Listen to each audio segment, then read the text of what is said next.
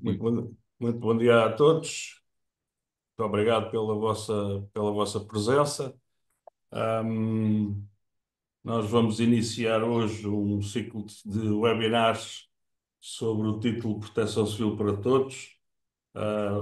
Teremos dois webinars esta semana, dois para a próxima semana e depois os outros dois na semana seguinte. Esta semana é dedicada às escolas, na semana que vem é dedicada à população em geral e depois na última semana é dedicada a profissionais, técnicos ou pessoas que tenham alguma curiosidade em saber mais aprofundadamente o que é isto da proteção civil. Nós hoje temos connosco o engenheiro Paulo Rezende, ele é licenciado em Engenharia de Proteção Civil, é o primeiro orador deste ciclo de webinars, vai falar sobre a promoção de práticas seguras no espaço escolar. Os meus caros e caras, obviamente, que nos estão a acompanhar online, poderão fazer perguntas pelo chat, e eu depois, no final da intervenção do engenheiro Paulo Rezende, terei a oportunidade de passar as perguntas para ele e, portanto, estão à vontade, assim que ele começar a falar e assim que tiverem, colocarem perguntas no chat. Ou perguntas no questions and answer. Qualquer das maneiras, eu não me esquecerei de visualizar as vossas perguntas, e, portanto, vamos para já, são 11 horas, se calhar vamos esperar mais um minutinho, para que todas as pessoas possam entrar. Entretanto, vou escrever aqui no chat, ah, as boas-vindas.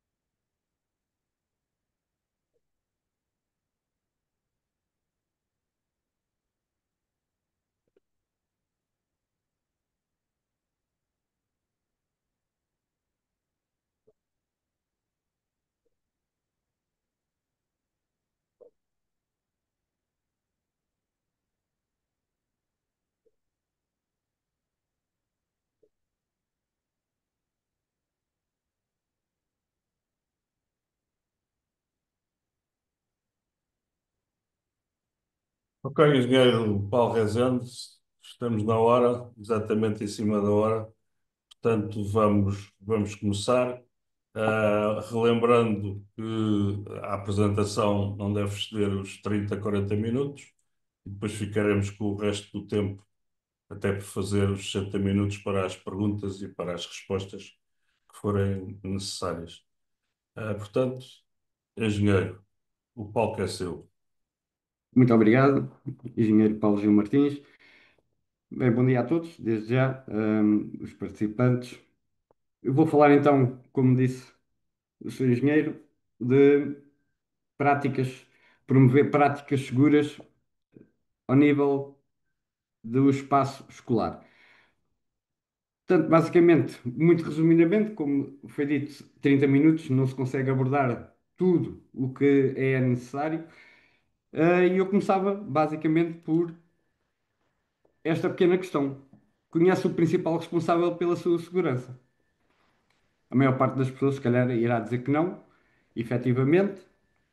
Uh, Também não se, ainda ganhou aquela cultura relativamente à segurança, e vai-se ver isso depois nas conclusões, mas efetivamente a segurança é a missão de todos nós. A missão nossa, individual, a missão coletiva de todas as entidades, das pessoas, e quando todos os dias é que não pode falhar nada a nível da segurança, ou pelo menos estar preparados para ela. Relativamente a essa segurança, efetivamente ao espaço escolar, e não só ao espaço escolar, e eu vou abordar muito resumidamente, ela está incluída no regime jurídico da segurança contra incêndios em edifícios. Por sua vez, tem um regulamento técnico que determina as características e o que é que deve ser implementado ao nível da segurança nos edifícios, projetos de segurança e, por último, as medidas de autoproteção. Essas medidas, ao nível da prevenção, se assim podemos dizer, incluem os registros de segurança, um plano de prevenção, um plano de emergência, a formação essencial nos dias de hoje e a realização dos simulacros. Portanto, isto aplica-se a todos os edifícios que existem atualmente. Estamos a falar por utilizações tipo, a lei da segurança contra incêndios veio especificar isso e veio dizer que todos os edifícios efetivamente têm que ter este projeto de segurança, medidas de prevenção, medidas de autoproteção. O que nos interessa é o tipo 4, a utilização tipo 4, que são os escolares, e é desse que iremos falar hoje. Isto passa por quê? Essencialmente, identificar riscos. Riscos é necessário que todos os intervenientes nesses espaços, nas escolas, saibam e consigam identificar os riscos a que estão sujeitos. Estamos a falar, eu só pus aqui alguns, existem muitos mais e atualmente com as mudanças que está a haver no mundo, poderemos alargar muito mais os riscos. Incêndio, o sismo, a queda de estruturas fixas ou móveis, queda de árvores, que existem muitos espaços escolares, ainda há árvores, e com a meteorologia adversa, os efeitos tornados cada vez mais frequentes, poderá acontecer as fugas de gás, poderão levar a explosões, por exemplo, fuga de matéria perigosa em laboratório, caso exista em algumas escolas, as inundações, se estiver perto de zonas eventualmente mais no litoral, não estão livres dos tsunamis também, que estão incluídos, ameaças de bomba e poderemos abordar muito mais. Portanto, estes são os riscos que devem ser identificados e principais e que devemos ter em conta para atuar de forma segura na escola, caso estas situações aconteçam. Ao nível da segurança contra incêndios, ainda temos os fatores de risco a considerar para aquele espaço.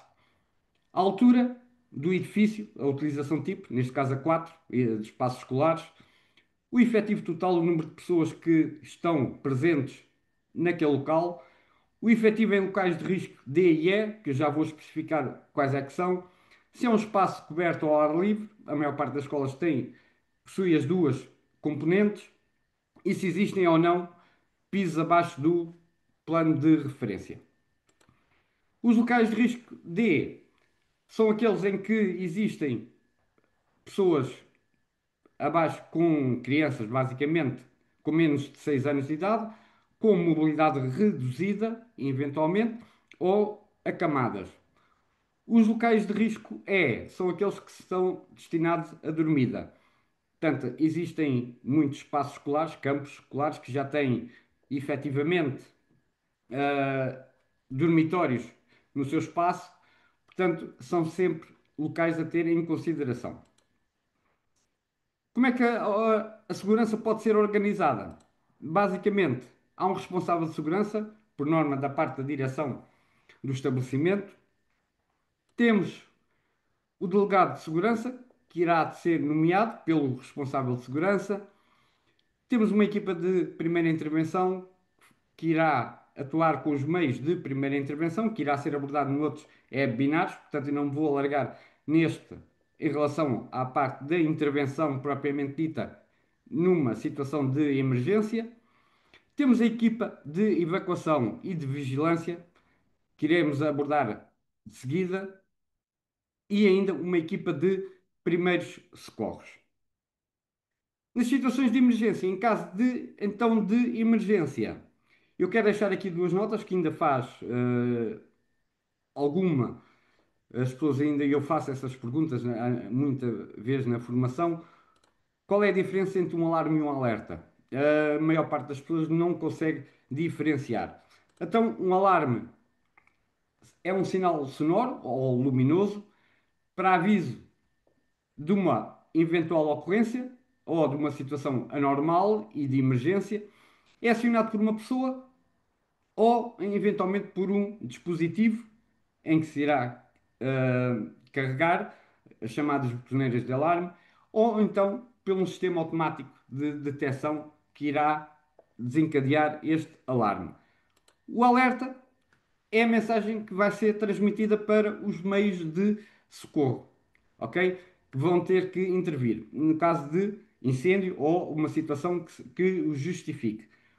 O mais vulgar realmente é, e há sistemas que estão ligados diretamente às centrais dos corpos de bombeiros e desencadeia lá o alarme e eles são imediatamente ativados. Antes de entrarmos na parte da evocação, eu vou-vos deixar aqui um pequeno vídeo só para termos a noção de como as coisas não devem funcionar. Sintamos como un simulacro. O alerta de fusión, simulacro, frenesí, ataque de Lucino. No, creo que un incendio tradicional estaría bien.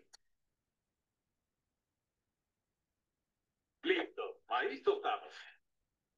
Oye, es la alarma de incendio. Vayamos de aquí. ¡Espérenme!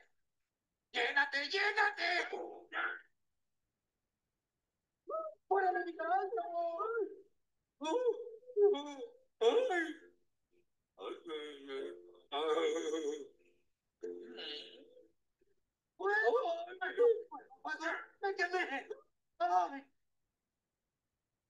Debe tardar tanto tiempo. ¿En cuánto deben evacuar la planta en una emergencia? 45 segundos. ¿Cuánto llevamos ahora? No sé, señor. El cronómetro llega hasta 15 minutos. ¡Demonios! Tengo un hato de lerdas tortugas como empleados. ¡Ah! Ahí viene el primero de ellos. Creo que gané, señor Burns. Sí, ganó usted, señor. Ganó más de lo que se imagina. ¡Yahoo! Es verdaderamente vergonzoso. Hay más orden y cordura en una película de Buñuel. Necesitan una lección de trabajo de equipo. Pues era él, porque yo no. Oye, retráctate. Retráctate tú.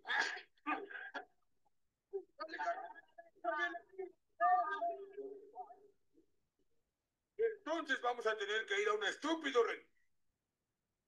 Portanto, como viram, e efetivamente aquilo que iremos abordar seguidamente é contrário ao que estava explícito neste pequeno vídeo dos Simpsons, que todos conhecem, mas o que não deve ser feito. Então, em relação à evacuação, que é o tema principal para este webinar, é executada sempre que já não haja condições e não seja seguro para os ocupantes permanecerem no interior do edifício. Esta evacuação poderá ser total do edifício todo ou parcial, consoante a zona afetada. O que é que requer? Os ocupantes têm que sair do espaço onde se encontram para o exterior, ok? Devem ser concentrados no ponto de encontro. Ela deve ser realizada preferencialmente pela seguinte ordem. O primeiro é o local afetado pelaquela emergência, seja incêndio, seja o que for. Locais logo adjacentes, contíguos ao local sinistrado, se for necessário. Os locais situados acima do piso, caso existam. Ocupantes com dificuldades motoras e, por último, os restantes ocupantes do edifício. Perdão. Outra situação que eu costumo também perguntar, muitas vezes nas formações, é quem é que, efetivamente, quando entra num espaço, pela primeira vez, alguma vez teve a noção de ir olhar para uma planta de emergência e perceber qual é o caminho que tem que fazer caso haja uma situação naquele edifício e sair para o exterior. Portanto, a maior parte das pessoas continuam a dizer que nunca repara numa planta de emergência, não liga, é-lhe indiferente, efetivamente, mas eu, por acaso, tenho esse sempre hábito. Sempre que entro num espaço novo, vou consultar a planta de emergência. Como é que é feita então esta evacuação? qual é o procedimento a adotar. Tanto ao ouvir o alarme de evacuação ou a mensagem de evacuação por voz, a evacuação deve dar início. Deve sempre seguir as instruções dos elementos da equipa de evacuação, que já está pré-definida e devem estar todos definidos. Lá está, como foi falado inicialmente, nas medidas de autoproteção. Assistir os ocupantes com mobilidade reduzida. Em aulas, e estamos a falar de espaços escolares, pode haver laboratórios. Devem ser desligados todos os equipamentos elétricos, caso sejam alguns alimentados, algum equipamento alimentado a gás também, deve ser fechadas as válvulas de gás. Não voltar atrás, sempre, ok? No caso de existir fumo, andar de gatas, o mais abaixo possível, porque o fumo tem a tendência sempre a subir, é do conhecimento de todos. Nunca se utilizam os elevadores numa situação de emergência. Deve-se deslocar para o ponto de encontro definido para o edifício e nunca abandonar aquele local.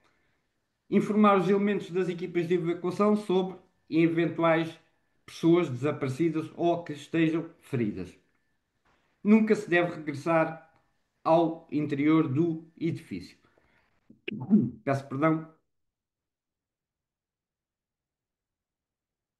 Eu deixo aqui duas notas que não é tão frequente ser referidas às vezes nos planos.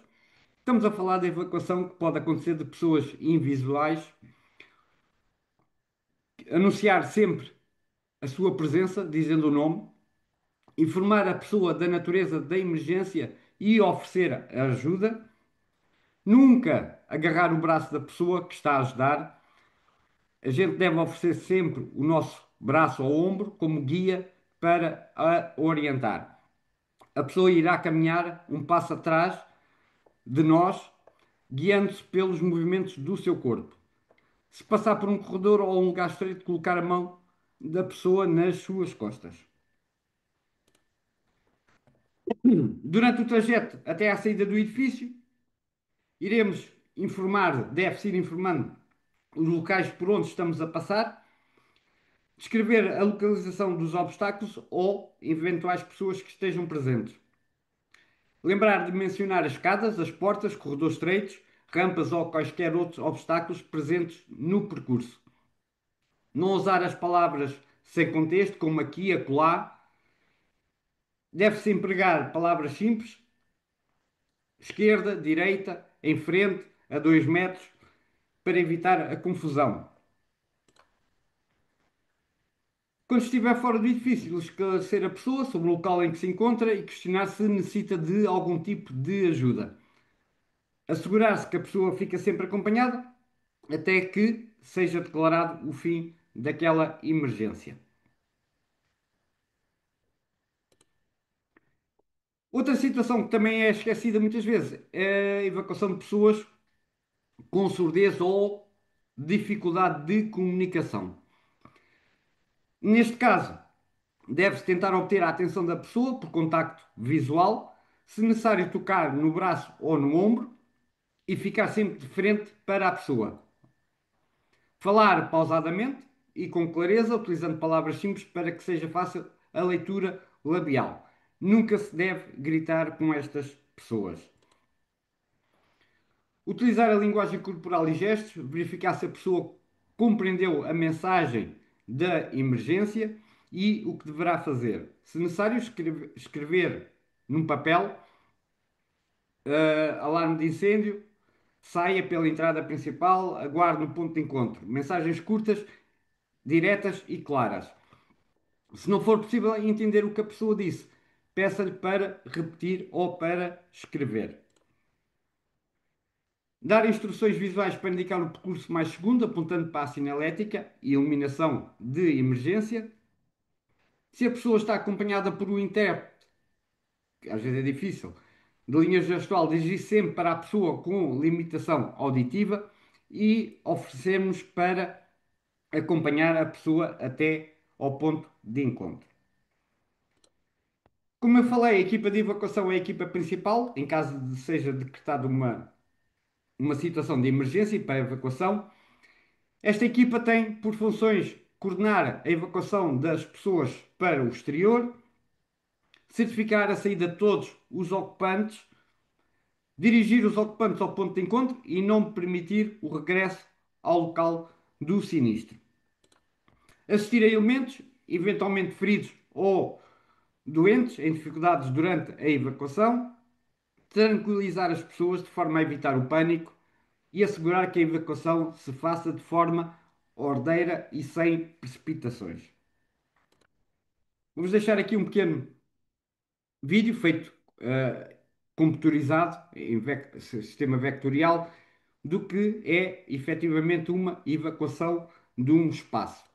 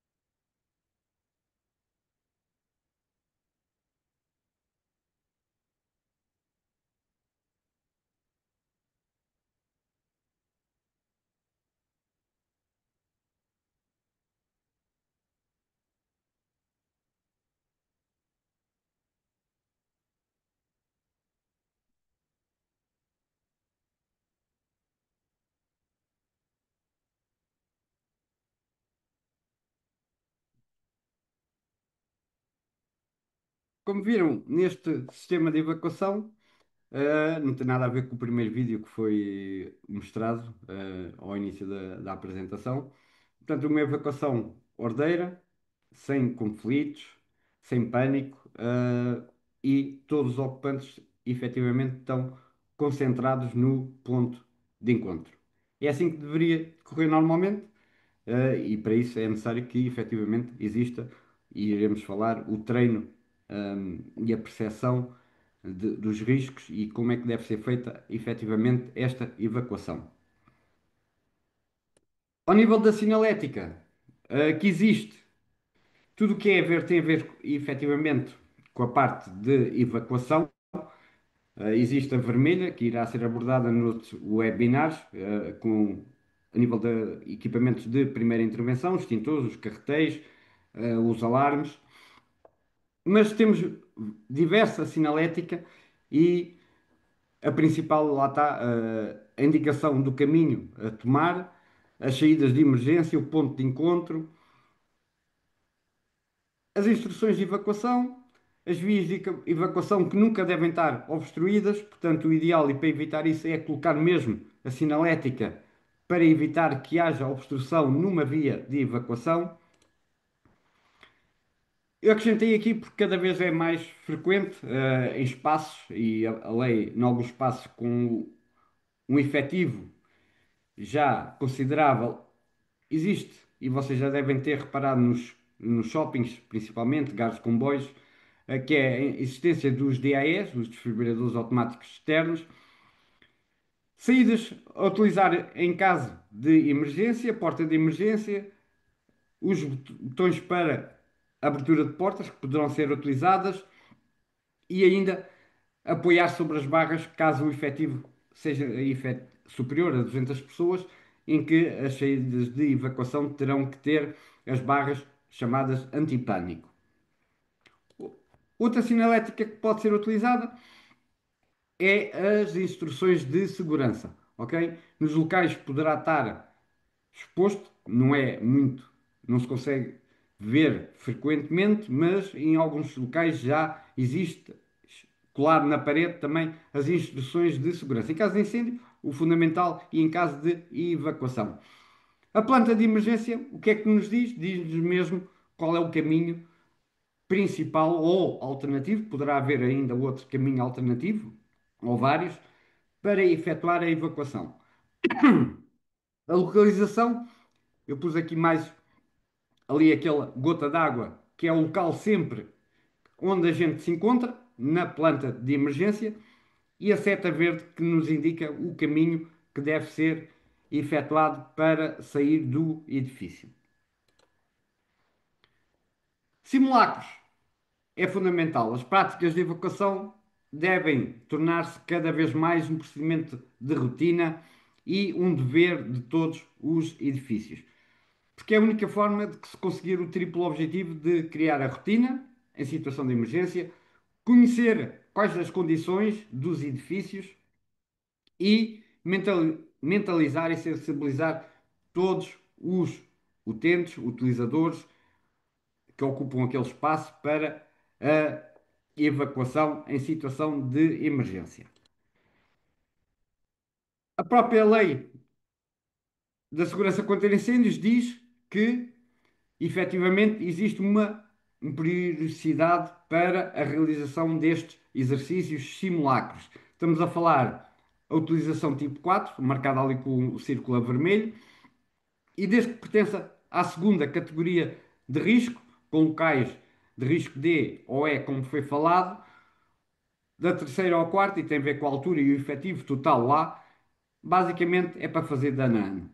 Todos os anos deve ser feito um simulacro e um exercício.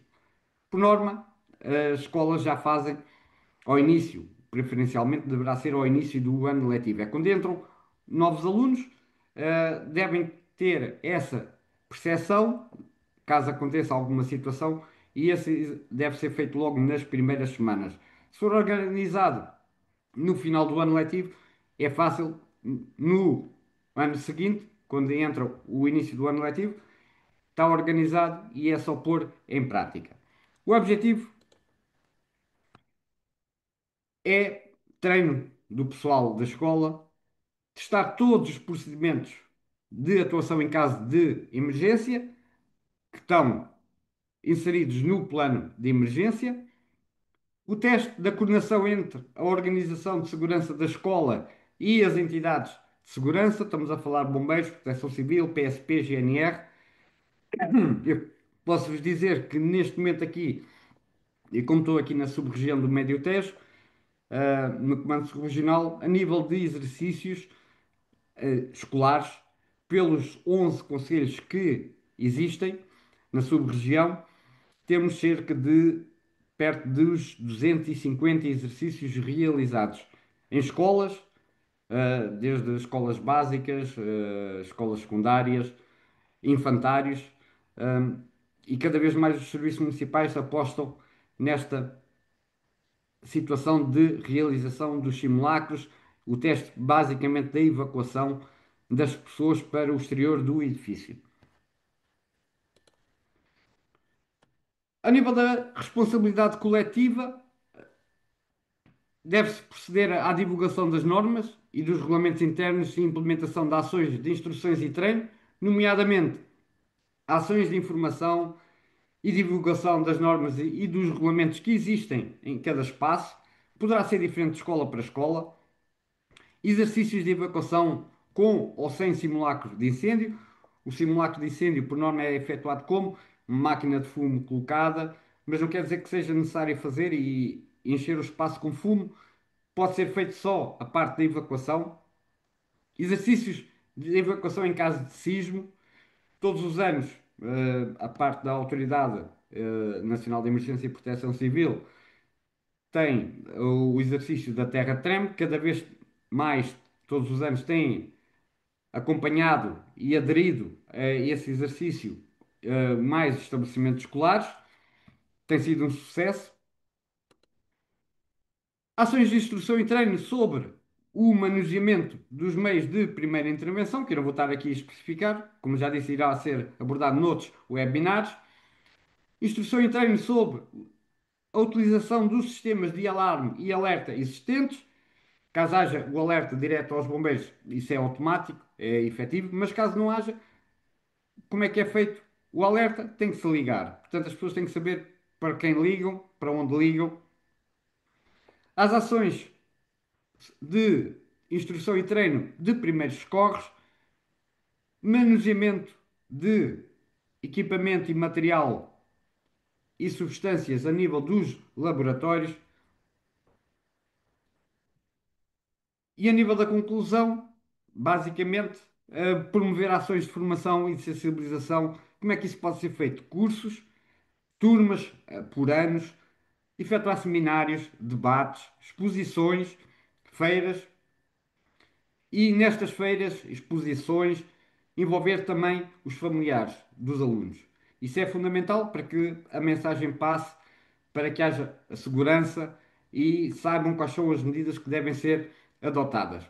Isto para o desenvolvimento do conhecimento, aptidões, atitudes, bem como para elevar a motivação e a autoestima de toda a comunidade educativa. Tendo em vista o quê? O principal, a cultura de segurança no espaço. O ideal é passar da parte teórica para a parte operacional. Eu sei que as pessoas podem ler, mas se não praticarem, nunca vão conseguir. Nunca vão identificar situações que possam comprometer a evacuação do espaço, ou uma via que está obstruída, ou uma porta que está trancada e que não deveria. Portanto, é fundamental que da teoria se passe para a parte prática operacional. Deixo uma frase aqui já conhecida de muitos, portanto, da lei de Murphy: se algum procedimento errado ou ocorrência negativa tiver que acontecer, irá acontecer e será da pior maneira, no momento menos oportuno e de modo a causar o maior número de danos. Porque a segurança deve estar sempre presente na nossa vida. Cultura de prevenção para uma sociedade mais segura e nunca esquecer que todos somos proteção civil, todos somos responsáveis por nós mesmos, pela segurança de nós e dos nossos. Obrigado pela atenção e agora irei passar a palavra ao Sr. Engenheiro Paulo Gil Martins e questões que queiram colocar e que eu consiga esclarecer. Bem, muito obrigado ao engenheiro Paulo Rezende pela apresentação. Se quiserem fazer alguma pergunta, podem no fazer pelo chat ou pelo questions and answers, no quadradinho que tem um ponto de interrogação. Eu aproveitava já para perguntar ao Paulo, quem é que deve, no âmbito das escolas, quem é que deve constituir as equipas de evacuação? As equipas de evacuação irão estar definidas pelo, pelo responsável de segurança em reunião e as equipas de evacuação têm que ter formação, poderá ser auxiliares, desde auxiliares, eventualmente professores, poderão, o próprio professor na evacuação tem papel fundamental em termos da sala, mas as pessoas que poderão eventualmente participar por norma são os auxiliares que estão afetos com essa função. Assistentes técnicos, assistentes operacionais, Ok. Ahm, Consegues dizer, assim é um bocadinho difícil, porque isto depende de escola para escola, sim, mas normalmente o número de elementos que são necessários para constituir as equipas de evacuação. exatamente. Consoante o efetivo total do espaço escolar, estamos a falar de 3 elementos, poderá ir até 15. Tem a ver mesmo efetivamente com o número total de ocupantes do efetivo total, desde funcionários, a alunos, toda a comunidade escolar. Isso está definido, lá está, na portaria da segurança contra incêndios e tem que estar devidamente escrito nas medidas de autoproteção, com a identificação dos elementos totais. Mas poderá ir de 3, peço perdão, até aos 15. E devidamente assinalados com um colete Exatamente. de uma cor Exatamente. brilhante, não é? Amarelo, O laranja, verde verde. é o ideal para identificar as equipas. Temos ainda, como viram naquele vídeo que fiz, os sinaleiros, não é? Auxiliares de cada espaço, poderão estar a indicar efetivamente as escadas, o caminho a que deve ser tomado, caso haja uma bifurcação no caminho, eles podem dar a indicação à pessoa para onde é que se devem dirigir. Tenho aqui uma pergunta da Isabel Martins, Uhum. que pergunta se os simulacros terão que ser realizados obrigatoriamente uma vez por ano e se isto se aplica a todos os edifícios. Não, não. Todos os edifícios, em ambiente escolar, desde que sejam da segunda categoria de risco e com locais de risco D ou E, efetivamente têm que ser feitos todos os anos. Primeira categoria de risco não é obrigatório efetuar anualmente, é proveitoso realmente realizarem-nos. Da segunda, se não tiver lá está o espaço escolar que não haja crianças abaixo dos 6 anos de idade e ou pessoas com mobilidade reduzida, sim senhora, também não é obrigatório ser realizado anualmente. Fora disso, é anualmente mesmo. A própria lei diz que anualmente deverá ser realizado o exercício. Muito bem. Não sei se há mais alguma pergunta que queiram ver respondida ou esclarecida. Ahm, vou esperar só mais um bocadinho. Parece que a Amélia Correia quer fazer alguma pergunta.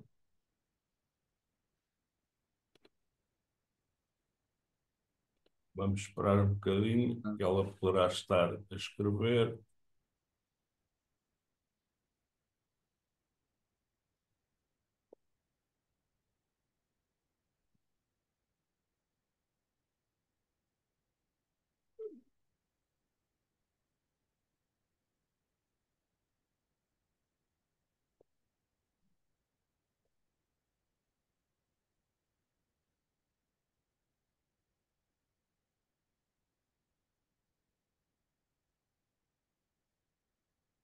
Parece que, parece que não.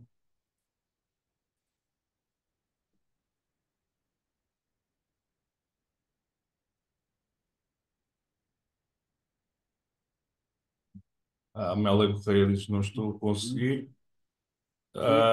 Mas deve estar a ouvir.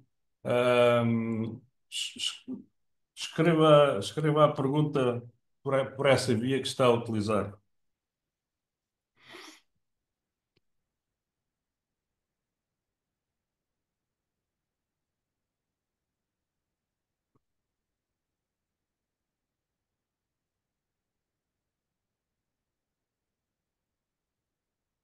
Não, se não conseguir, pode fazer a pergunta via chat, se quiser.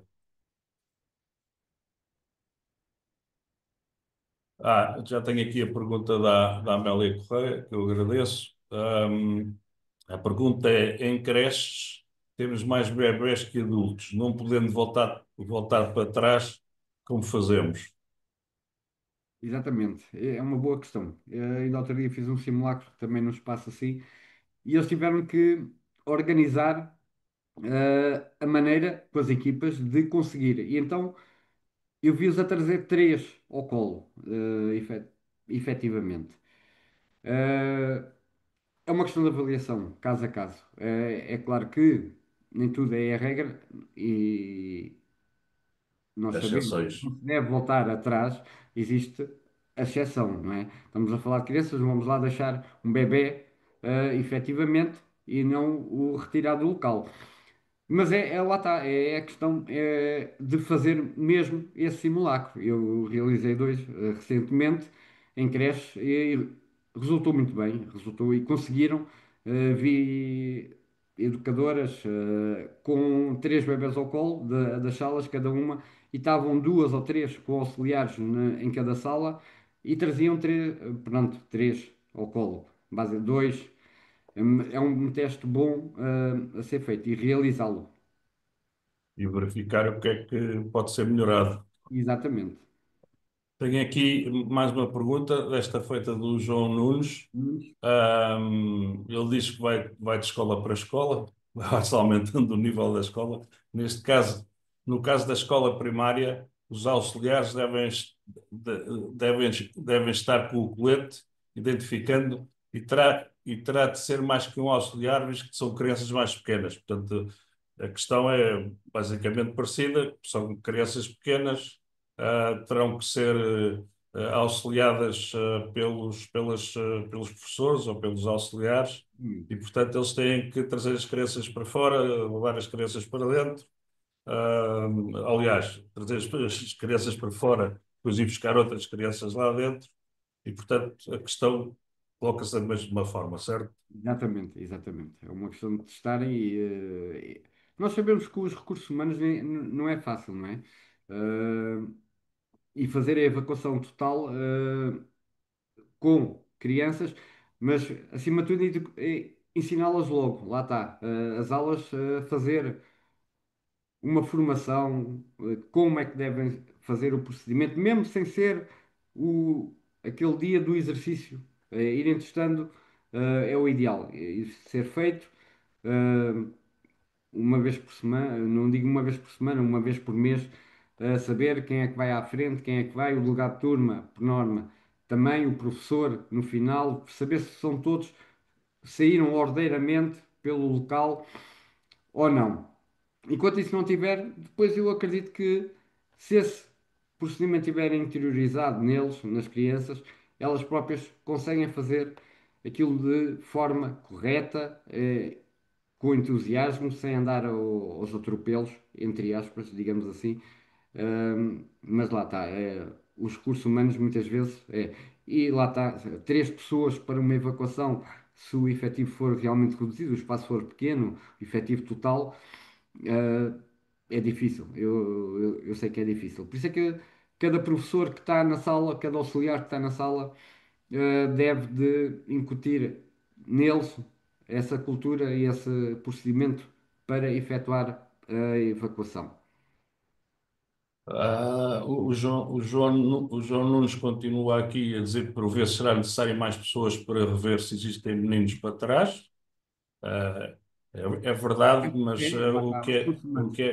o que importa aqui é fazer mesmo um exercício para ver que tipo de soluções é que podem ser encontradas, nesses casos. E nada melhor que fazer isso conjuntamente com os bombeiros e conjuntamente com os serviços municipais de proteção civil, para eles poderem também aconselhar como é que devem ser feitas as evacuações em caso de necessidade.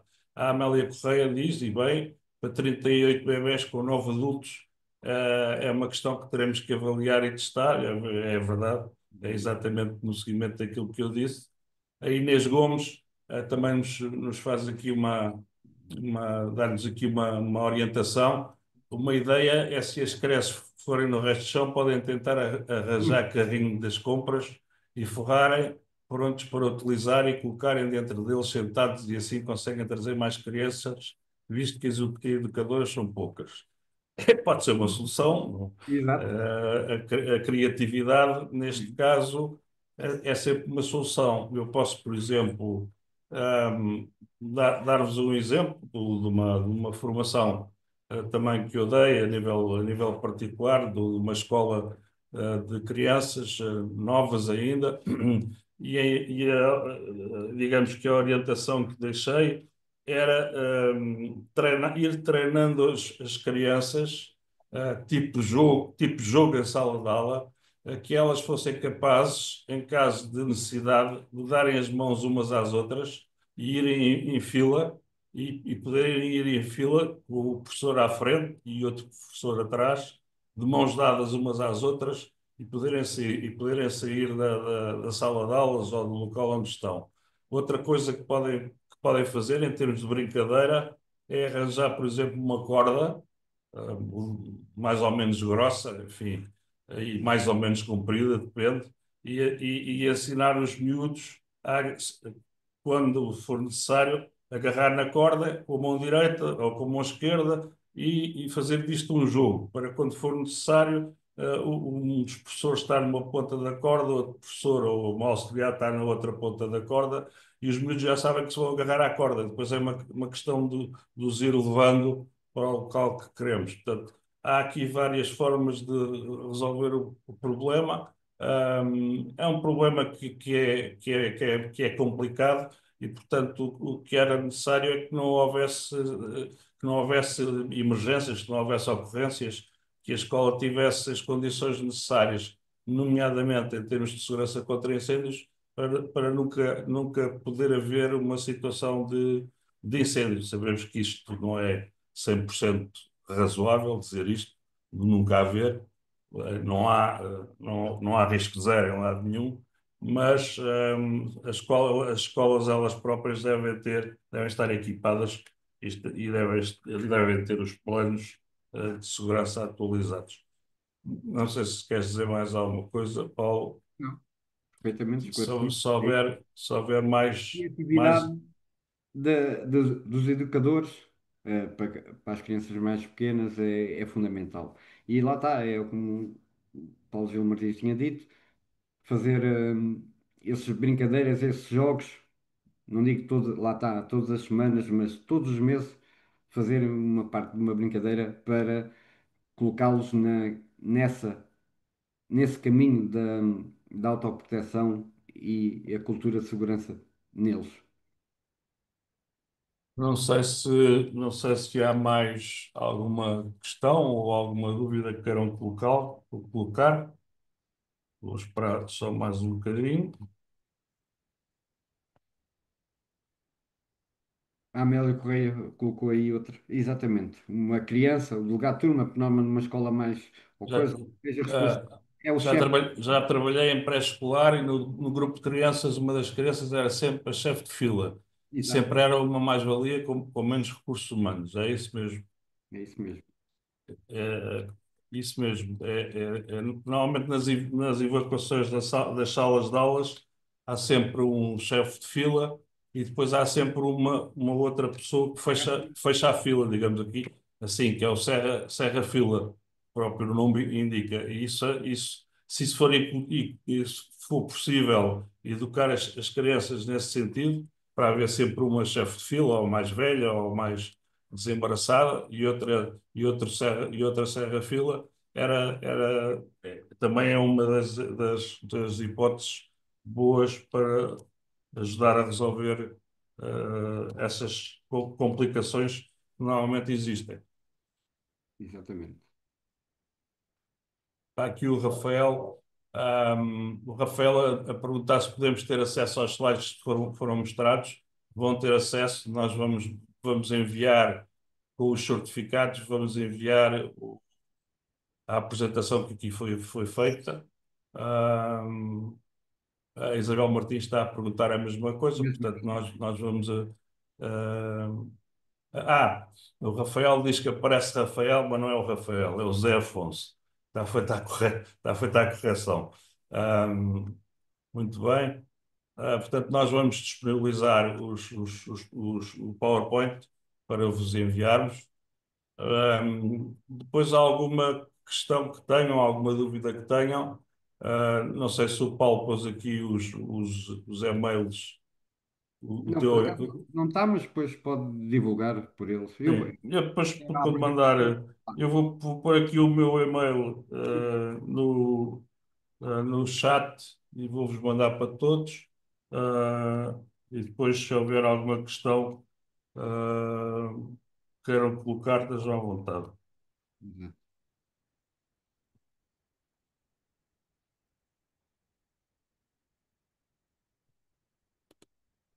Ora,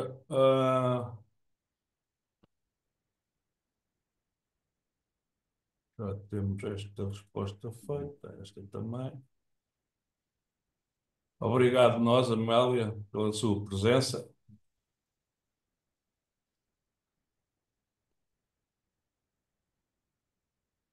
Não sei se haverá alguma outra pergunta.